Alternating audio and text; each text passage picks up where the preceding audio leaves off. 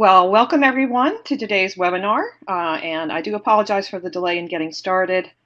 I am still troubleshooting with Plato on his audio, so just as soon as we have that resolved, we will be hearing from him. And let me see, he's entered the room again. Okay, great. All right, we're going to go ahead and get started, and Plato, when your time arrives to speak, we'll try your audio then, and Kendall has volunteered to go before you and come back to your slides if needed. So again, welcome everyone. This is our fourth webinar, and today's topic is data collection, discovery, and analysis. Of course, you should know me by now. I am Rita Van Dynen, and I'm your host for today's session.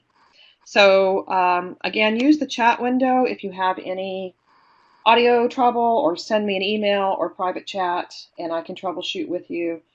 You can connect by either voice over IP, which seems to be giving us some problems today, or using the conference call line, and that number is in the chat window. And also feel free to use the chat window for any comments or questions throughout today's session. And you can also exit and re-enter the webinar at any time.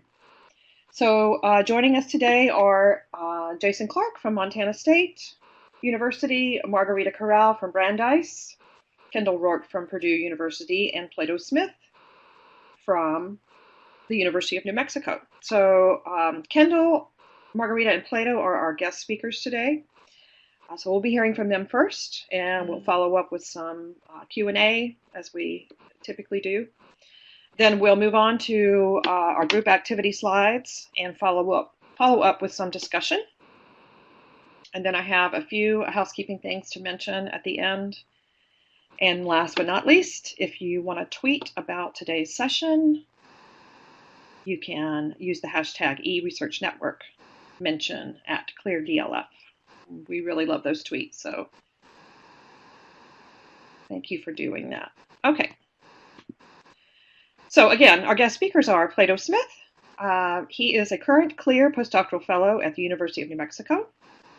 Also is Kendall Roark. She is a former CLEAR fellow and now research data specialist at Purdue. And Margarita Corral, data analysis specialist and former CLEAR fellow at Brandeis University. And we're going to give this a try. Okay, Plato, are you with us? Does not look like we have Plato. So we're going to come back to him. Let me forward to Kendall's slides. And Kendall, when you're ready, the floor is all yours. Okay, thanks, Rita. So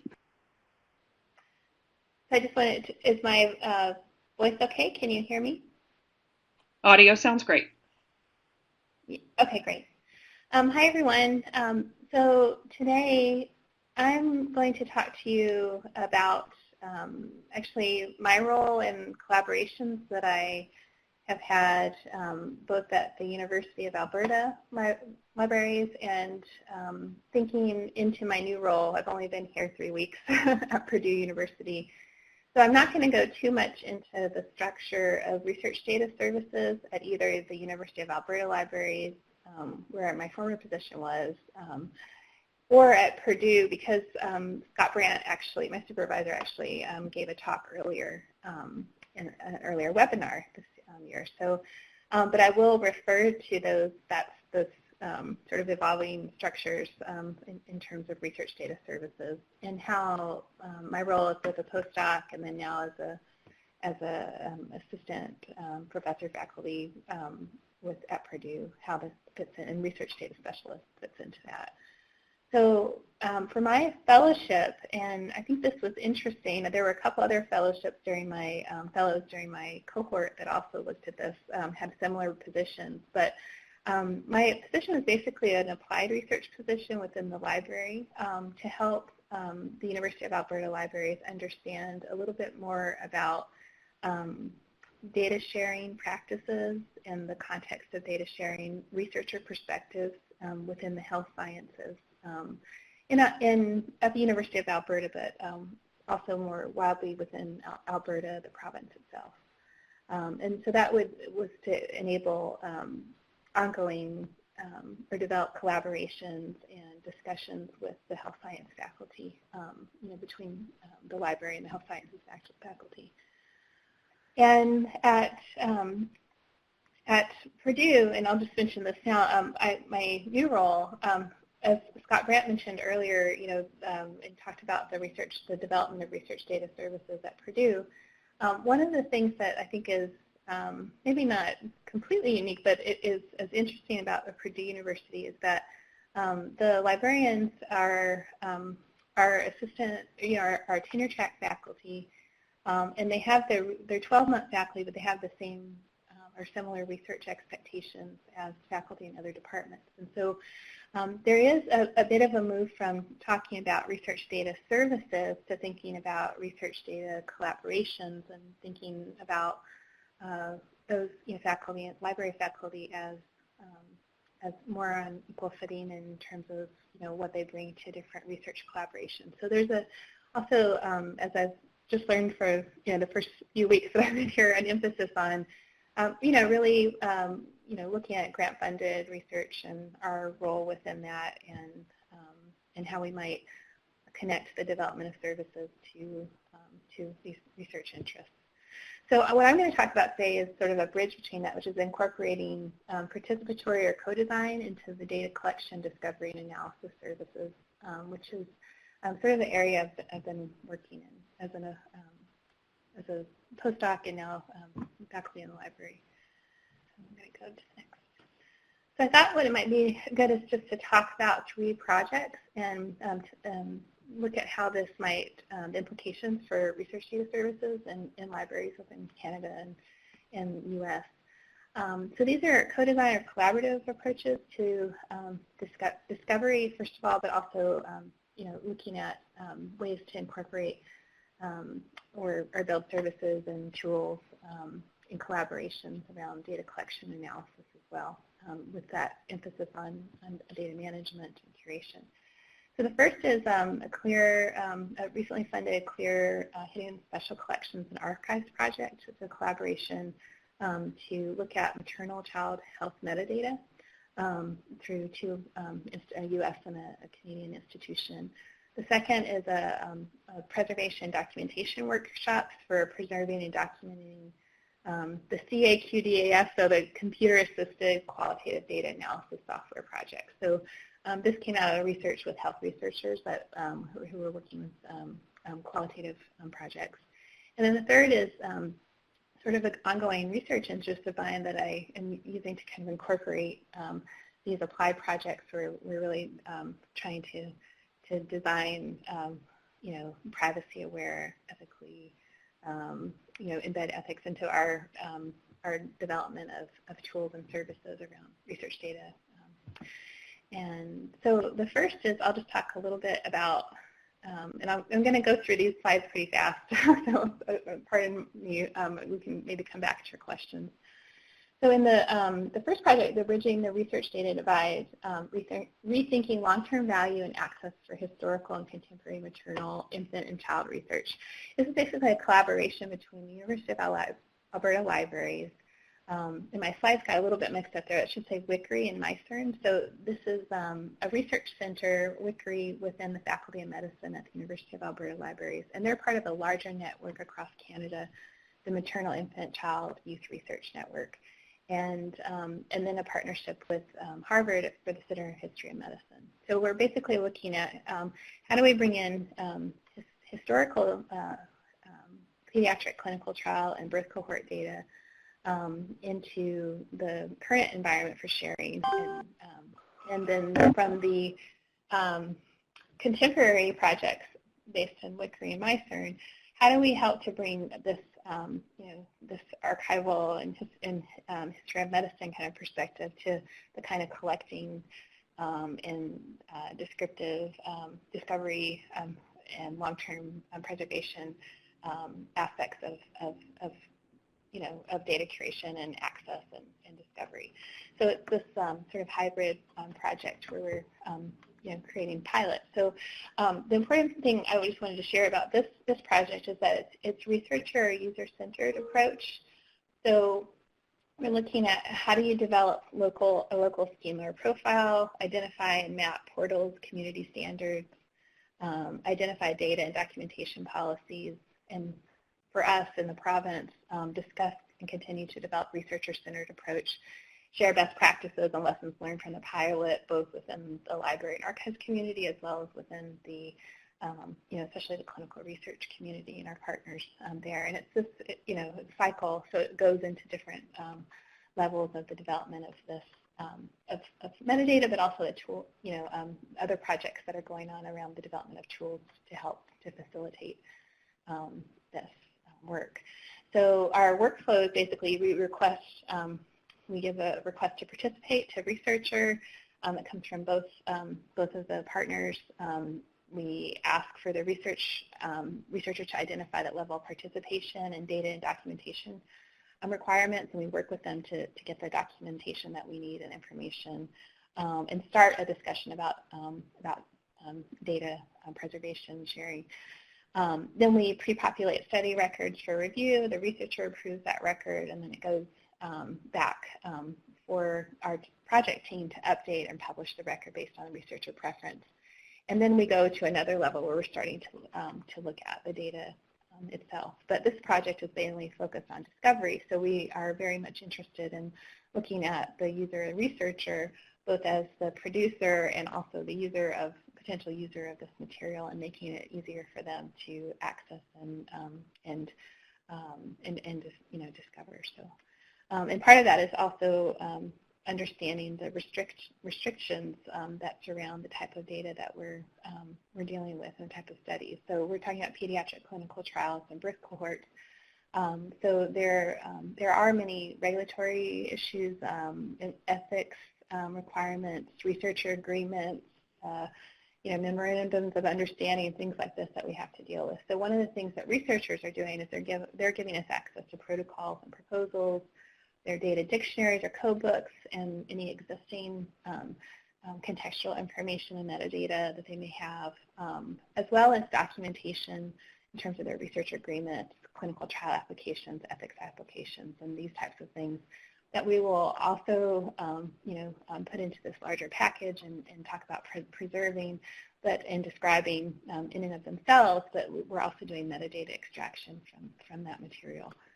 And then also drawing from external sources using open APIs or memorandum of understanding with other repositories. So drawing information from clinical trial registries, existing birth cohort inventory within the network, repository metadata from other repositories in Canada that are involved in the project, NCBI and PubMed related publication, and to have extracted this metadata.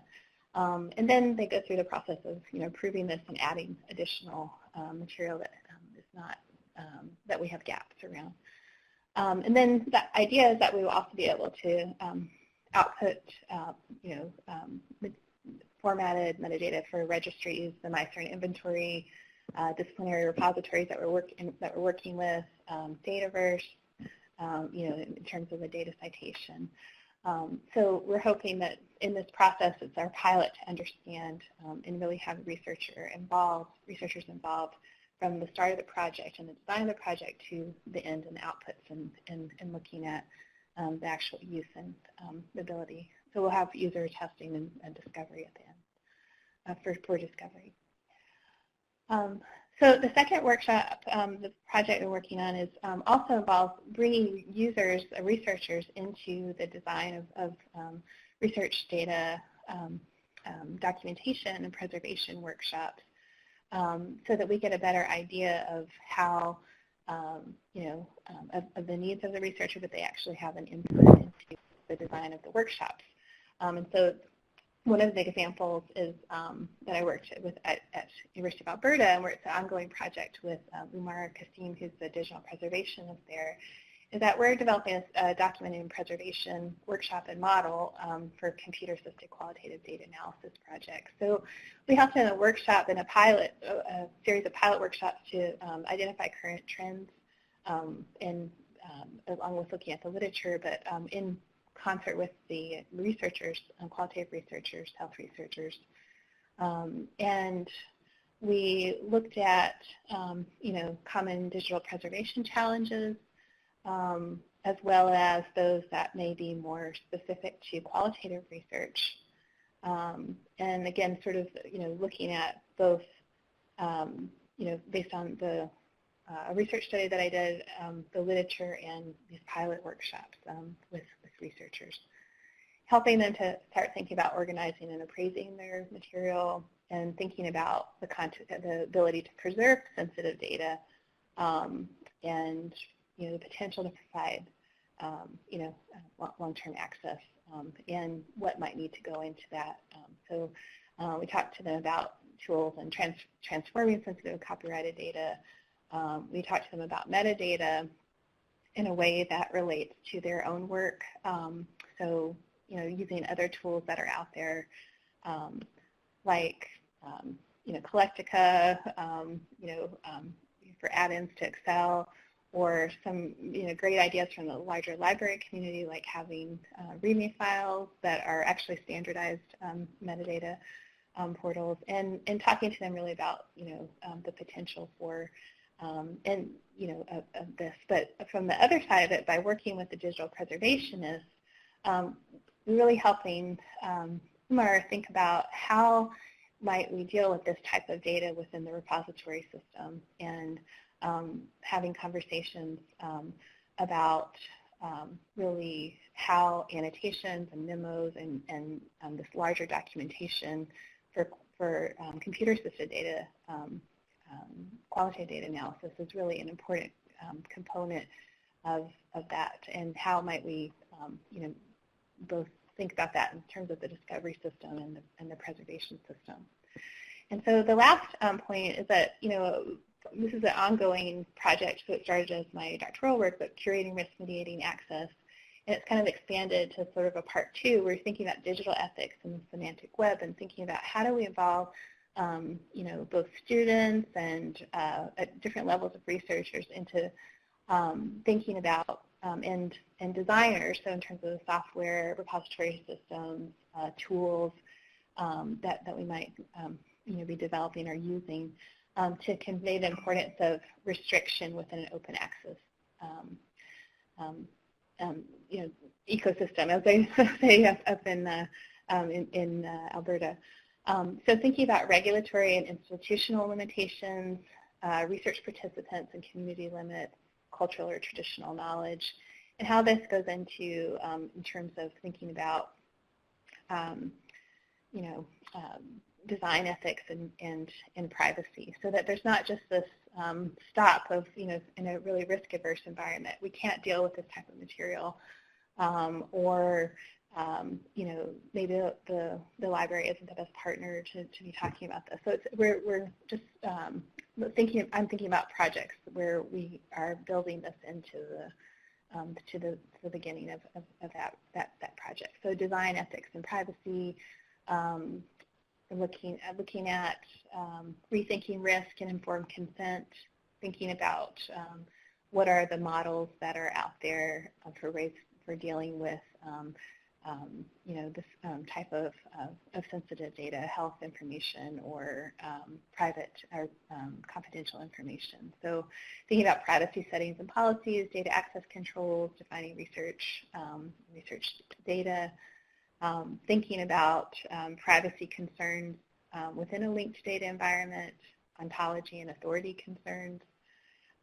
So thinking about discovery also within the context of what more archivists are familiar with thinking about as disclosure. And so when you're talking to or collaborating with folks working, say, like in the privacy office, or sometimes the research ethics office as well, but when you're dealing with certain kinds of records, that there's this element of disclosure. So discovery is not always seen necessarily in a positive light, but that it doesn't necessarily close off conversation. So sort of incorporating this into those larger discussions. So how might you bridge research and design context for data management services? So thinking about discovering and designing privacy-aware data collection analysis tools up front to bring that into the conversation. Thinking about implications for collecting behavior and implications for discovery. and probably seen that within different contexts. So, so just to wrap up, I think that, when you're talking about research data services, it's interesting that I've been able to work into, hopefully it will continue in my new environment, but an environment where there's, attention paid to the value of research, applied research within the context of research data services, and thinking about how you might, think about applying or practical applications of this larger,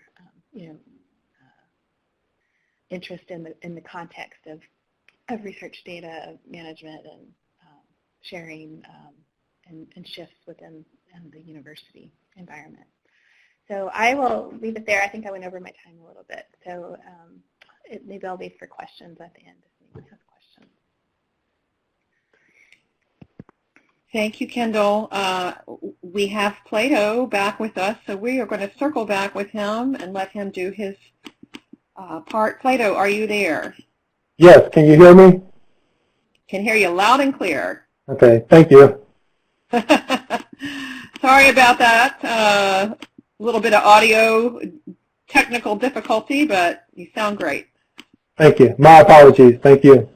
And you do have the ability to advance your slides. So give us a few words about yourself and get started on your presentation. The floor is all yours. Okay, thank you. My name is Plato Smith. I am a career postdoc, UNM. I'm entering my second year. I have a previous background, department head of FSU Digital Library at Florida State, where I worked on digital content management system, Ex Libris Digital, also institutional repository, Digital Commons BPress, then also the open source platform ETDDB, managing electronic thesis and dissertation. I got my start in libraries in 2000 in the systems department at Duke University, in systems department as a graduate student, and then moved on upon graduating with an MLS to NC State, North Carolina State University Libraries as a library fellow. And currently just working with researchers in EarthCube, and also recently starting with Data One. The title of my presentation, as you can see, Data Collection Services. This is where, basically, what is RDS at UNM? And Research Data Services basically is a small group, but also we have data librarians that extends beyond the core group of 3 faculty librarians. We have a director of Research Data Services, we have a data curation specialist, and then myself, a clear postdoc.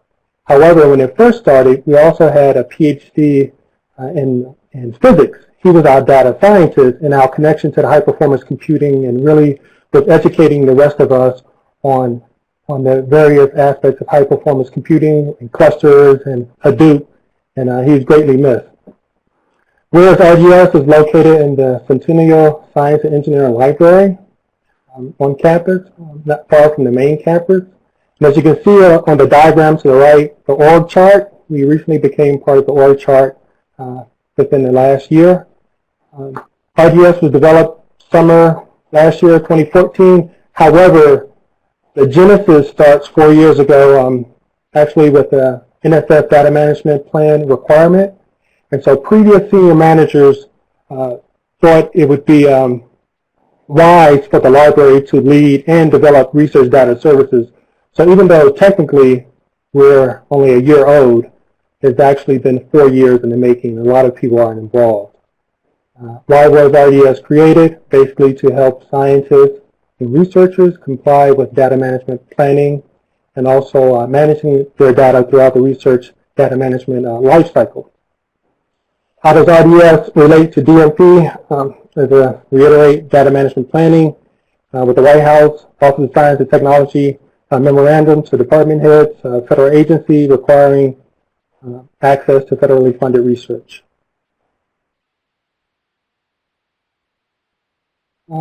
Excuse the chopped slide. Basically, research data services, we basically provide data management planning, data archiving, and data publishing. Local Drive is a collaborative data sharing on cloud, which allows researchers to create their research groups Currently, we're working with faculty in engineering and also the sciences and creating small research groups for the graduate students, postdocs, and also the lead faculty member. We also have a university-wide GitLab instance, LevelGit, which is for the GitHub version, and it allows scientists to share their codes and scripts, Python scripts and codes, and also has a versioning control. We have some LogoVault. Apologize for the chopped slide. LogoVault is the institutional repository, which is run on DSpace, and that's where scientists can deposit their data and data sets, images, and various PDFs and various quantitative and qualitative data. And from the library's main website, the diagram to the right, basically you would click on services and then the link data services. And currently we have about 6 data librarians, as you see listed. We have 14 subject librarians that covers 8 schools and colleges. So Research Data Services works in collaborations with the data librarians and also subject librarians in providing resources to faculty, students, staff, and the campus community. And basically some of the data sources, the top several lists are from data librarian in business and finance, Todd Quinn. He provided the data sources for the databases in which the library has a subscription, paid, and access for a faculty member.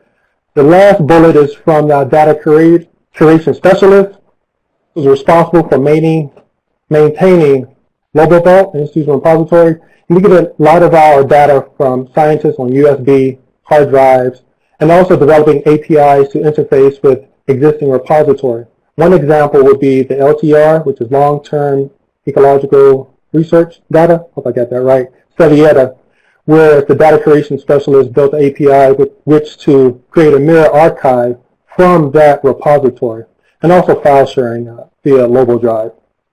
The different types of data types, qualitative, quantitative, survey data, geospatial data, and we receive multiple file formats. Mainly right now in CSV, which is very good, and text, Excel, as far as data manipulation and presentation. Various data tools, Policy Map, DataZora, and also analysis tool, MATLAB, R, SPS.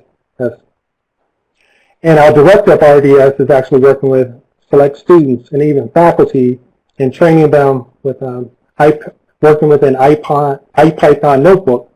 And this is a direct result of a recent software carpentry workshop, the very first at UNM, which was overbooked and highly successful.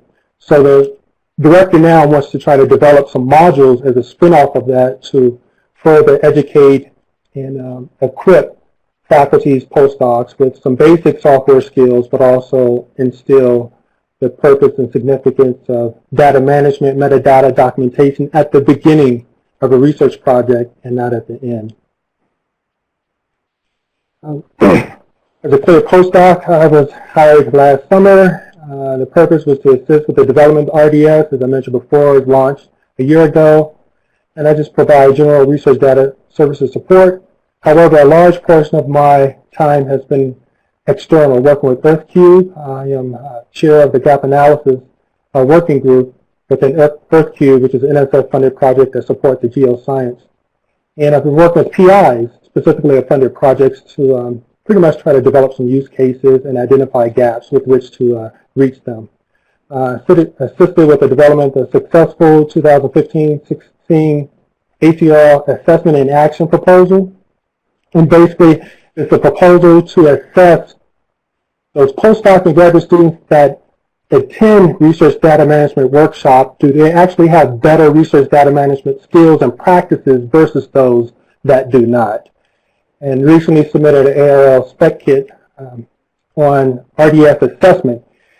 Basically, what types of theories and theoretical perspectives and frameworks are used in RDS, competencies, some core skills, and also introduce some diagrams and pretty much want to assess the landscape, current landscape of RDS.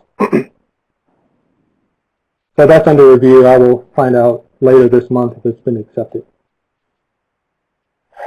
Education outreach and training, we pretty much conduct webinars and workshops in the main library, also RDS, which is Cecil, Science, Engineering Library, and departments as needed. We also facilitate, we keep an eye out for various free online training, Bright Talk, CRL, I'm sure you all are familiar with those, and Data One, which are free, and basically just identifying those that are relevant for the library and faculty community and making those available either here at Cecil or the main library.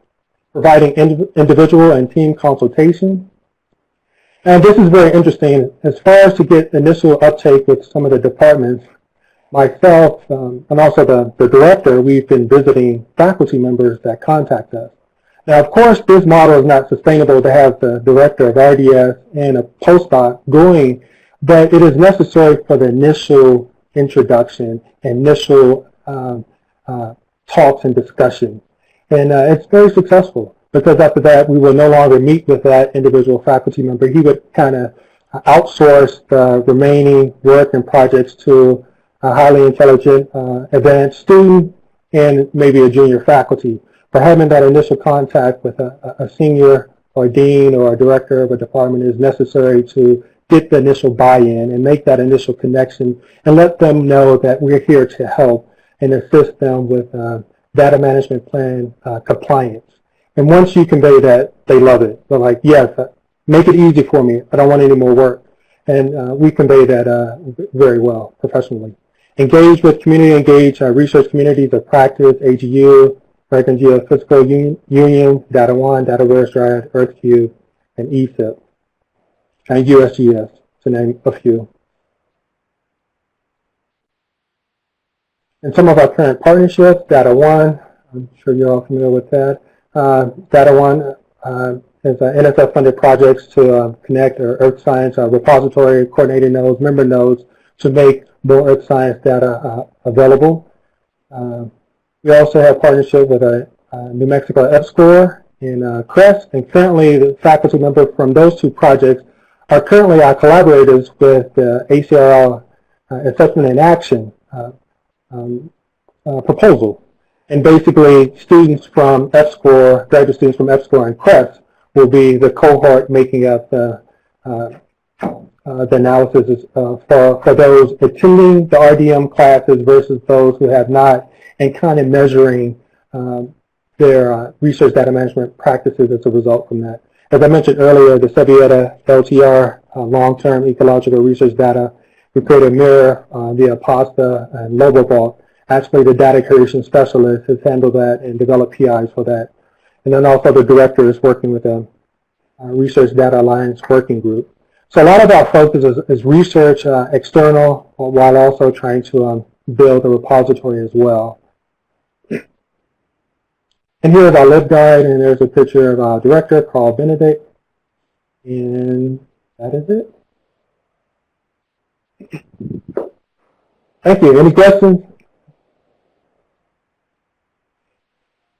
Thanks, Plato. Yeah, feel free to use the chat window for questions or comments for any of our guest speakers, and we'll be pausing at the end once Margarita has completed her discussion and pausing for some Q&A. So, Margarita, the floor is yours when you're ready.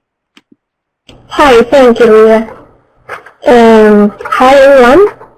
I am Margarita Corral, and I am the Data Analysis Specialist at Brandeis University.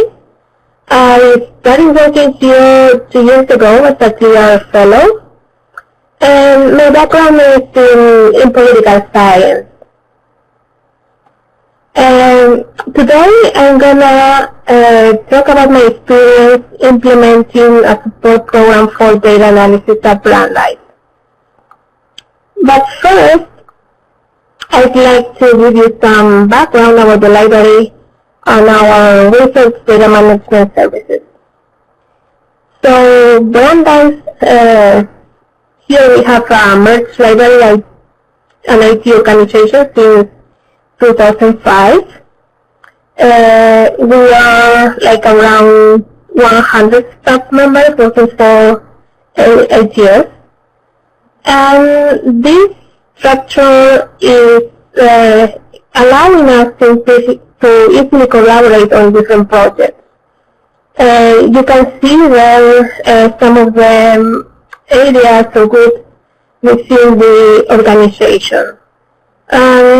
Specifically, I work within academic support and user services. One of the projects we're having a merged organization. Okay, so I was saying that one of the benefits of having like a merged institution is that we collaborate on different projects, like having IT people and librarians working together is great when working on different projects, such as the implementation of this research data management group. So having people from different areas and expertise, we're able to support researchers during all stages of the data management services process, as you can see on that slide. So we're able to cover from research data planning and design to data storage. So here, for instance, we see that the research technology group, subject librarians, and IT security staff, they work together with researchers in the planning and design phase. And we have the data management planning tool to help them start with their project.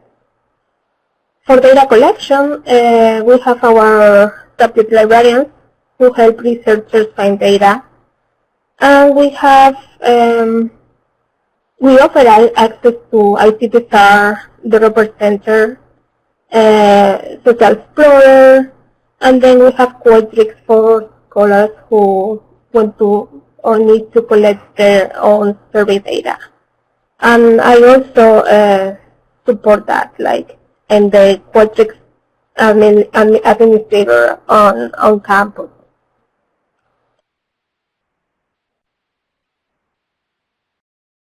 We can come back to her when she gets connected.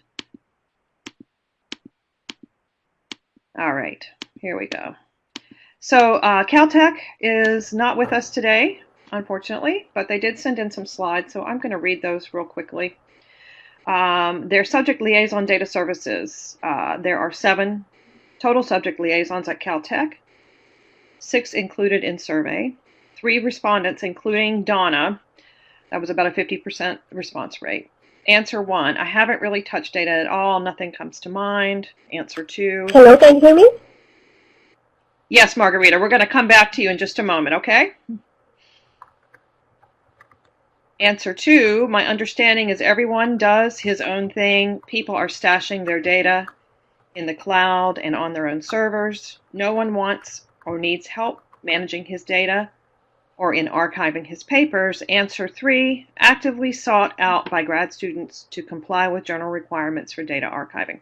Okay, I'm going to pause here and ask Margarita, can you hear us? Can you hear me speaking?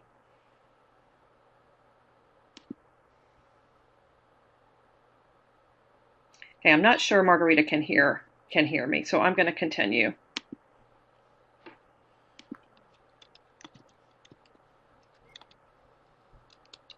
So Caltech says there are... As I said before, we are able to cover or to support researchers on all these stages. And here I was giving you like some examples of how different teams from different groups from IT and the library work together supporting each of these stages. So for data study and analysis, that's me. Like within the academic technology team, we offer data analysis and visualization support. Basically, I'm the only one in charge of that service. Then for data publishing and reuse, we have the institutional repository, scholarly communications librarian, and that librarians help researchers on that stage. And finally, folks from research technology and records management help with long-term data storage. So that's like an overview of the institution.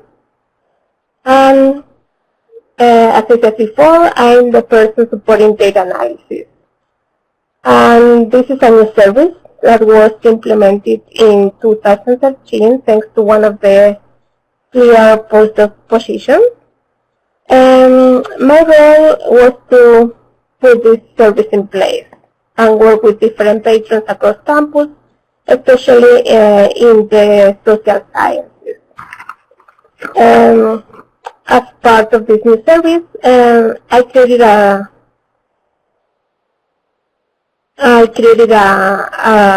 series of workshops within the workshop program that librarians have in place when I arrived. You see some of the workshops that I did. So for those doing qualitative analysis, I teach Atlas TI. Then we have a series of Excel workshops. Those are very popular, especially among staff members and business students, students from the Heller Policy Center. Now we are starting a new series of workshops about R. R is this program that is becoming more and more popular among researchers. Like it can be used both for quantitative and qualitative analysis. So I've been learning about that, and hopefully we'll have high attendance this starting semester. And then we have support for SPSS, data, and Qualtrics. So I did all these workshops, and I have like different levels for each of them, and some of them are quite popular. And then I have training sessions for specific groups and classes on campus. Like sometimes faculty invite me to their classes to teach about specific software or to teach about quantitative or qualitative methods in general. I've been working with staff too, especially they ask me to run sessions on Excel and Qualtrics. And finally, I hold one-on-one sessions with students, faculty and staff, but mainly with students.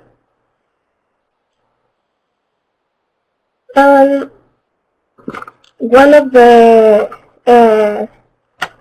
outreach and awareness raising were an important part of this process of implementing data services.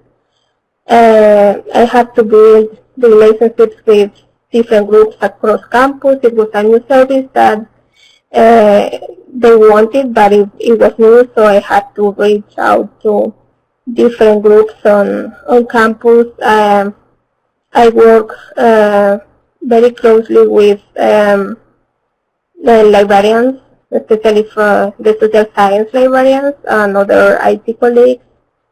I'm part of the Social Science Forum. That's a group of faculty in the social sciences that get together like once a month. They get together and present their research. And it's a space where the library and researchers get together and think of ways of collaborating and work together. Then I've been working with the science division. We are thinking of trying to implement a series of workshops on R. Like we are trying to move people from SPSS to R. And then I have close relationships with the Heller School. This is a social policy institute that is very strong, and many of the students I have come from that school. And then I'll be working more and more with the business school, again, teaching R and data. And then I built some relationships with the career centers. We have 3 of them. And they are helping me promote the data analysis program. And then as part of the support tool, I built this LibGuide where students can go and find like useful online resources to learn about all the programs that I support. And also have different pages on the knowledge base. Like, so I cover like both the IT and the library side of these packages. So I'm gonna leave it there. And if you have any questions, I'll be happy to answer them. Thank you very much. I'm sorry for all the mess with the audio. Thank you.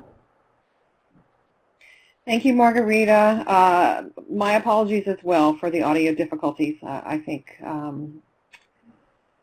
sometimes it just works out that way. So again, for you participants and our presenters, Caltech did submit some slides. I'm not going to continue to read them. I'm just going to click through them and give it to Temple University. I will say that the slide deck will be put in the library of the Clear Connect community, so if you'd like to go back and look at all of the slides, including Caltech, you'll have that ability. So, Margaret, are you with us? And please tell me you're not having audio difficulties.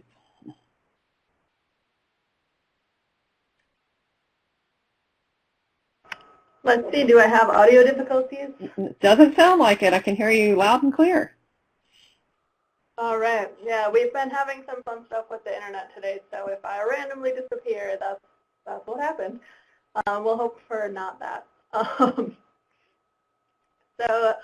What we did this week, we just sent an informal email out to our subject specialists and really all the public services staff to see what kinds of data support they've been offering that we might not have known about.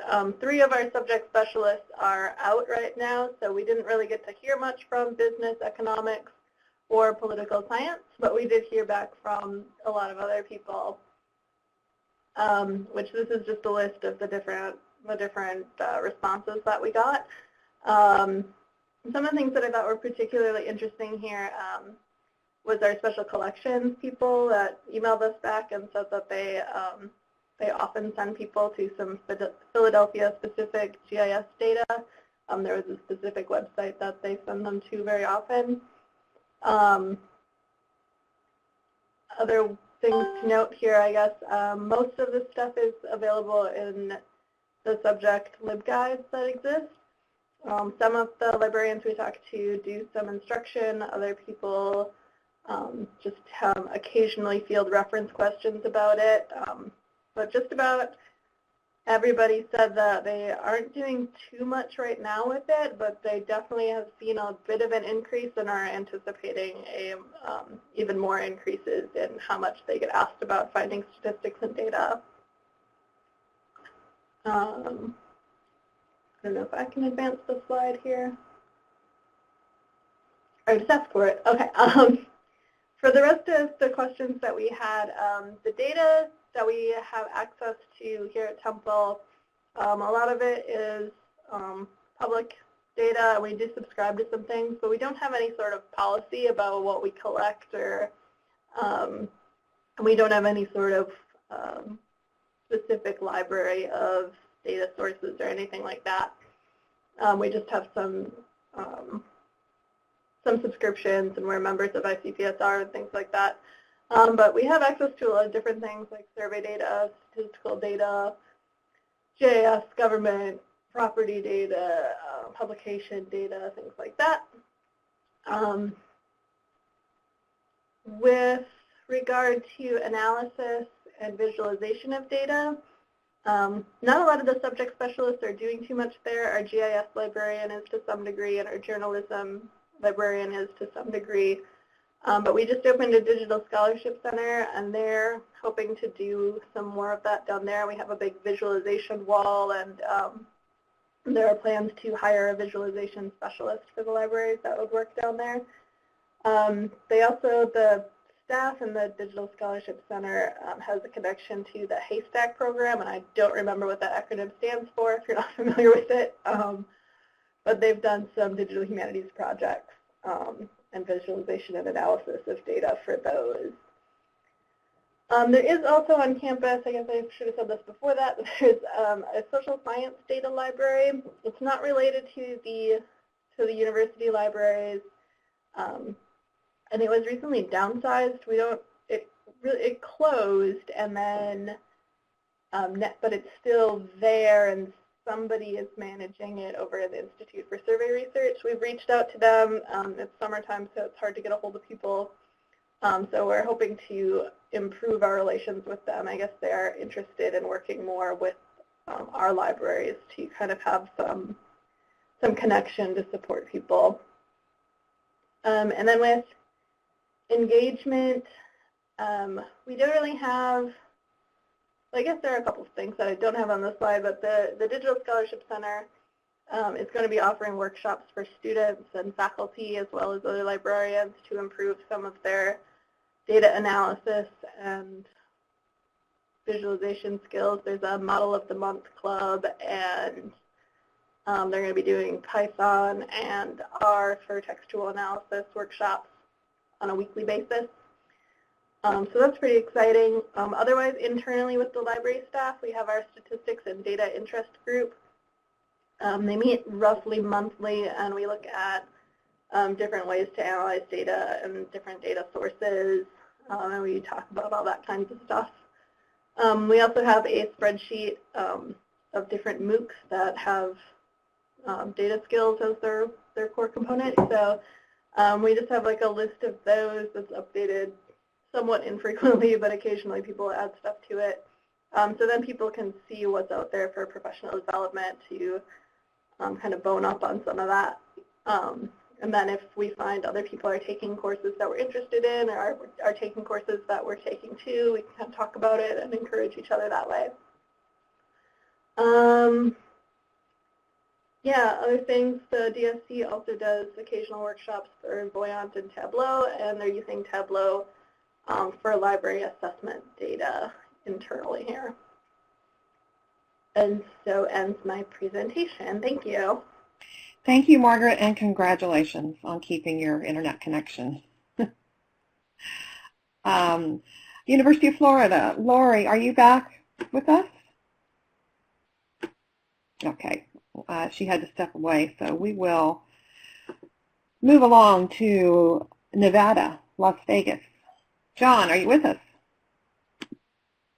Hi, can you hear me? We can hear you loud and clear. Fantastic. Well, both Sue and I are on vacation this week. I'm calling from a beach house now, so if there's background noise, I apologize. Well, just let me know if you want your slides advanced, okay? And we don't want you to work too hard on this while you're on vacation. So. No, it's fun. So I'll go down to the questions about what we do. So the first question we were asked, do data liaison librarians provide access to databases that contain data? I think that's been our primary focus for not only the liaisons but the library in general, is to collect data for now. So we have things like ICPSR, data. We have a campus subscription to DataZoa, things like that. But we don't really have anything in terms of the visualization part. So a couple of people have already mentioned things like Tableau, and we use that internally, but we haven't given workshops on Tableau or SPSS or any other data software or visualization tools. The way these services are organized right now, we're trying to branch out this year and building on something we call data across the disciplines. We're going to be offering that in the fall again. Our business librarian and our social sciences librarian will be teaching data resources to to graduates and faculty under the auspices of something called Research Week.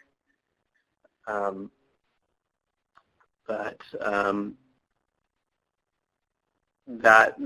about the extent of our data services. We are trying to get into more of collecting research data for our institutional repository, and we finally got our first submission. So we're excited about that and a little nervous about how to make that work. But that's something that we plan on offering this year and promoting more heavily. And so the visualization and analytics, we haven't gotten into that realm yet. I think that's something that our library needs to explore at this point. Right now, we're focusing more on the collaboration and identifying key partners on campus to say that, hey, we are interested in helping with research data management. If things on the campus each unit tends to go off alone and start providing or building up an infrastructure for research data services like engineering, for example. And so we want to position the library to be a place where we can centralize and coordinate those efforts rather than having different colleges come up with their own data solutions. And so right now, that's the extent of our collaboration. The liaison, we're trying to figure out what a good baseline of support the liaisons need to provide or should be providing in terms of research data management or research data services support. And we're dividing it between a baseline support with liaisons and maybe more functional expertise, as we call it here, with my department and what expertise we need to develop, and also being strategic about what services we provide. I think this year we've gone down to promoting our data collection, focusing on collaboration, and getting folks to start depositing their data with the repository, or maybe being like a data repository matchmaker to satisfy these mandate requirements. And then I hope to build on that, the research data competencies and literacy training, and then go from there at this point. So that's UNLV.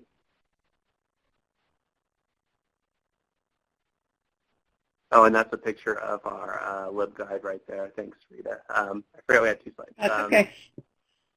And basically that focuses on our data collection as opposed to our data services. Great, John. Thanks so much. And I really appreciate you taking the time from vacation to join us today. We'll let you get back to that. Okay, University of Richmond. Do you have audio, first of all?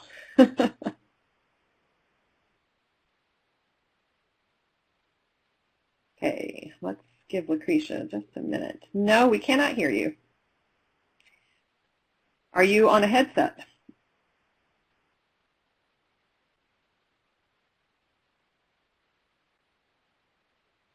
If you are on a headset, Lucretia, you're going to want to, let me give you actually, hold on just a minute.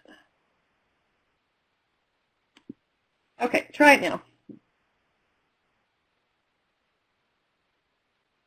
Lucretia, I just gave you microphone rights, so you're going to want to try to connect your mic, or you can also call in.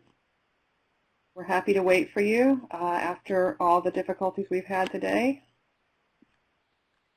Here's the number if you want to do that.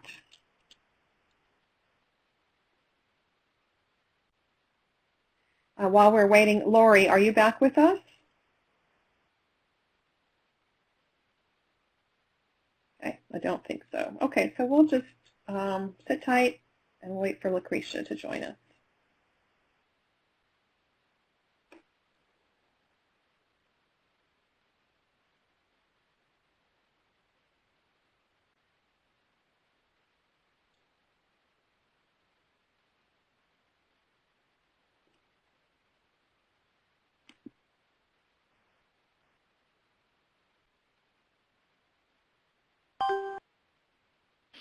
Hello, can you hear me? Yes, we can hear you. The floor is all yours. Okay. Well, I'm the only person from University of Richmond today.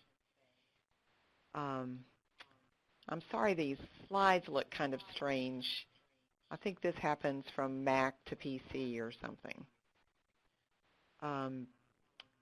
All of our liaison librarians, and we do have 10 librarians.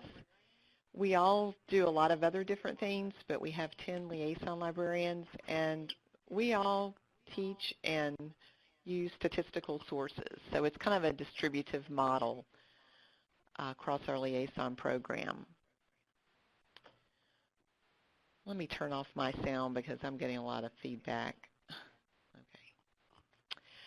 The databases we offer include just all the statistical databases, GIS, surveys. Those are the 3 areas that most of our databases focus on.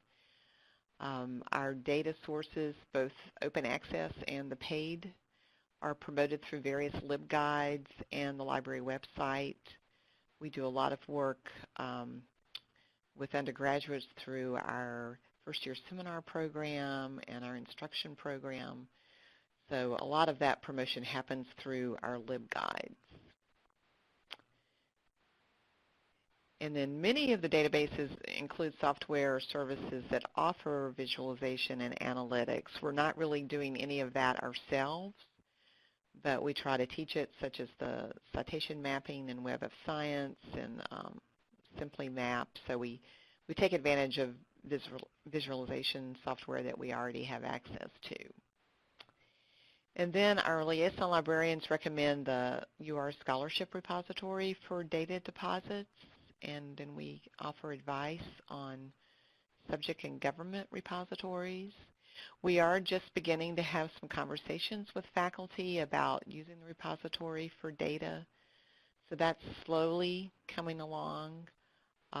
We're very excited. We had a good meeting last week with a faculty member in our Center for Civic Engagement who has a lot of data about poverty rates and other related data in the Richmond, Virginia area. So we're very anxious to get his data up because it will be used by so many people in the state of Virginia. And then data analytics support, we work closely with our Center for Teaching, Learning, and Technology and our Spatial Analysis Lab. So even though those are not parts, of the library, we still work closely with those staff members. So that's about it. Well, thank you, Lucretia. Any questions? Yes, if you have questions Okay. for any of our speakers, just put them in the chat, and I am going to circle back now with Lori. She's back with us. So, Lori, whenever you're ready, the floor is yours. Yeah, so at UF, like what others have said, all of our liaison and subject specialist librarians are involved with data in their areas in a number of different ways. But one of the things that's happened recently at UF, we have the Informatics Institute, which is a cross-cutting institute with representatives from all areas of campus. We're a complex, comprehensive public land grant institution, so it includes our agriculture folks, our health folks, our humanities folks, our arts group. And we also have the fully cross-campus digital humanities working group.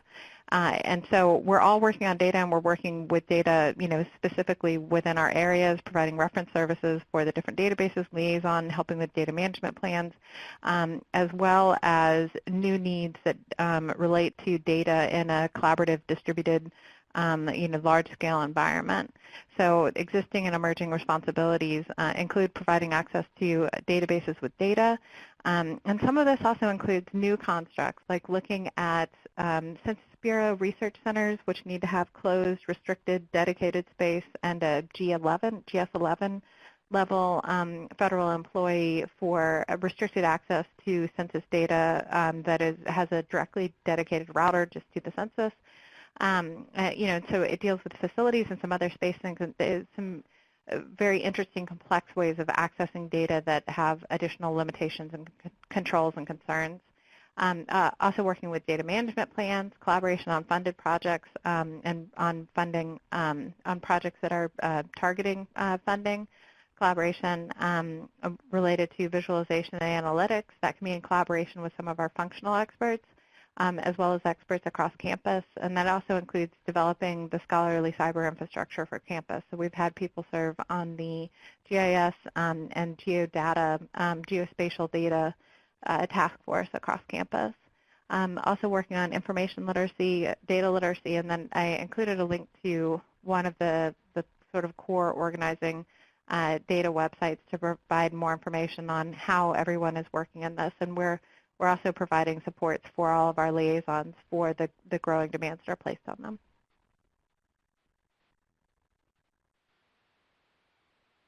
Great. Thank you, Lori. Okay, everyone. We've come to the point in our presentation where we'll pause for some discussion if there are questions, comments for any of our guest speakers. Presenters, if you have questions for any of our participants, let's take a few minutes now and do that. Looks like Jason is typing.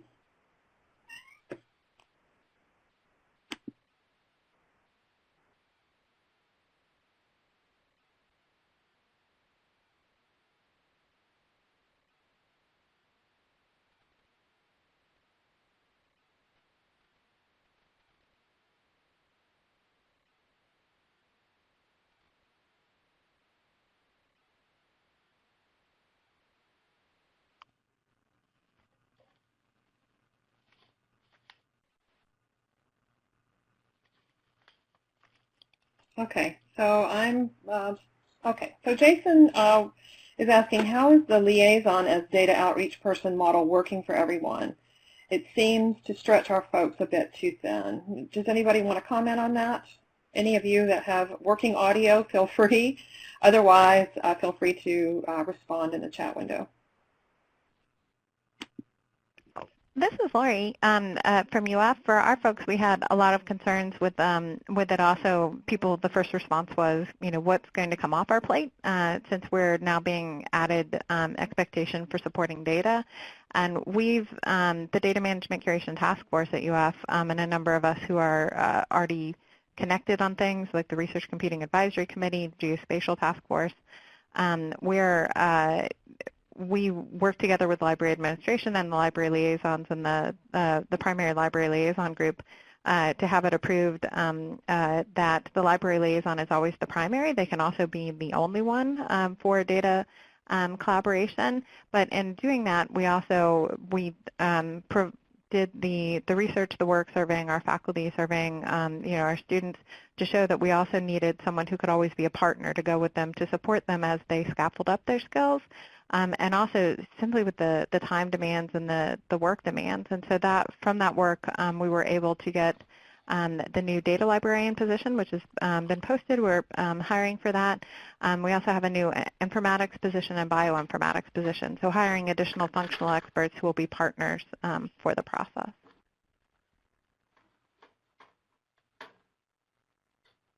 Thanks, Lori.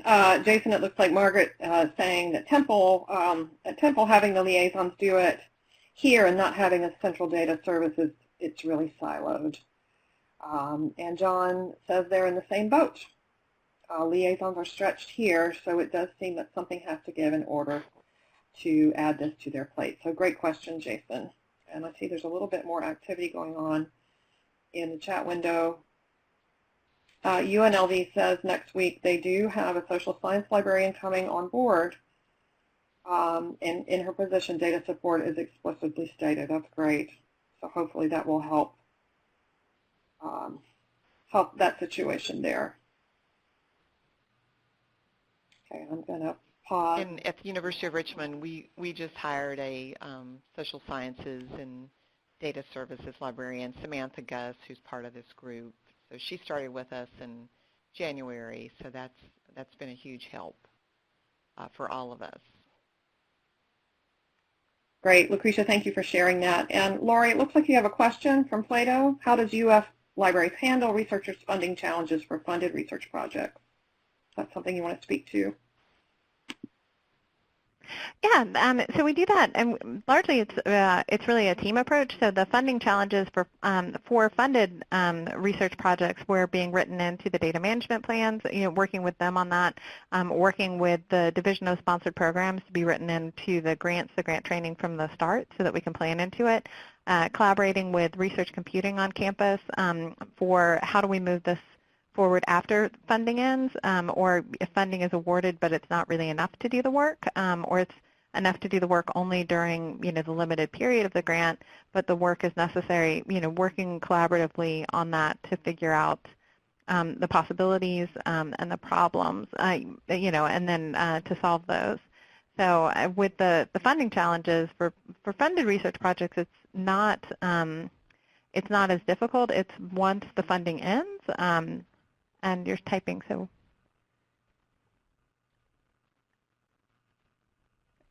Oh, okay, so maybe I answered that, or if not, yeah, happy to talk about it further.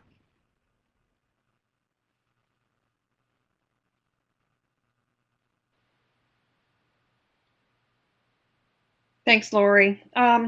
So if there are any other comments or questions, go ahead and type them in the chat box. And while we're waiting, I'm just going to call your attention to the slide on the screen that lets us know that our next webinar, Webinar 5, will be held on the 23rd of September. That's a slight schedule change, and that was done to accommodate our guest speaker, which is Nancy McGovern from MIT. Our topic will be digital repositories, existing data curation options, institutional and specialized data repositories. And I'll pause there and just note that Kendall says her understanding is that at Purdue there was a restructuring so that liaison library faculty no longer supervise public service assistants. There are now operation managers for libraries. This freed time up to work on research and initiatives like data management, etc. Thank you, Kendall, for sharing that. And Kendall, while I'm invoking your name, I'm going to just ask you to speak to the consultations piece for just a moment, if you would. Okay, thanks, Rita. So all of the participants should be getting an email towards the end of the week that just outlines the consultation process. And one of the postdocs or Jason or Rita or I will be contacting you. And there will be, this year it will be the 4 of us, and plus I believe there are 3 additional folks who will be part of the consultation process from last year's cohort. So they've agreed to participate. So in the instructions that will go out, there'll be some, we'll be asking you to develop a question or a focus for the consultation, and we'll give you some examples based on reviewing some of the materials that you've already submitted, and we can work with you online and then set up a one-on-one consultation or two around a particular area that you'd like to work on in development with other folks involved in the network from this year and last. Is that clear, Rita? Do you need to add? Do I need to add anything? That's great. No, that's great. Okay. I'm sure there are questions about the consultations, and once you get your email, just feel free to write to any of us for any kind of clarification.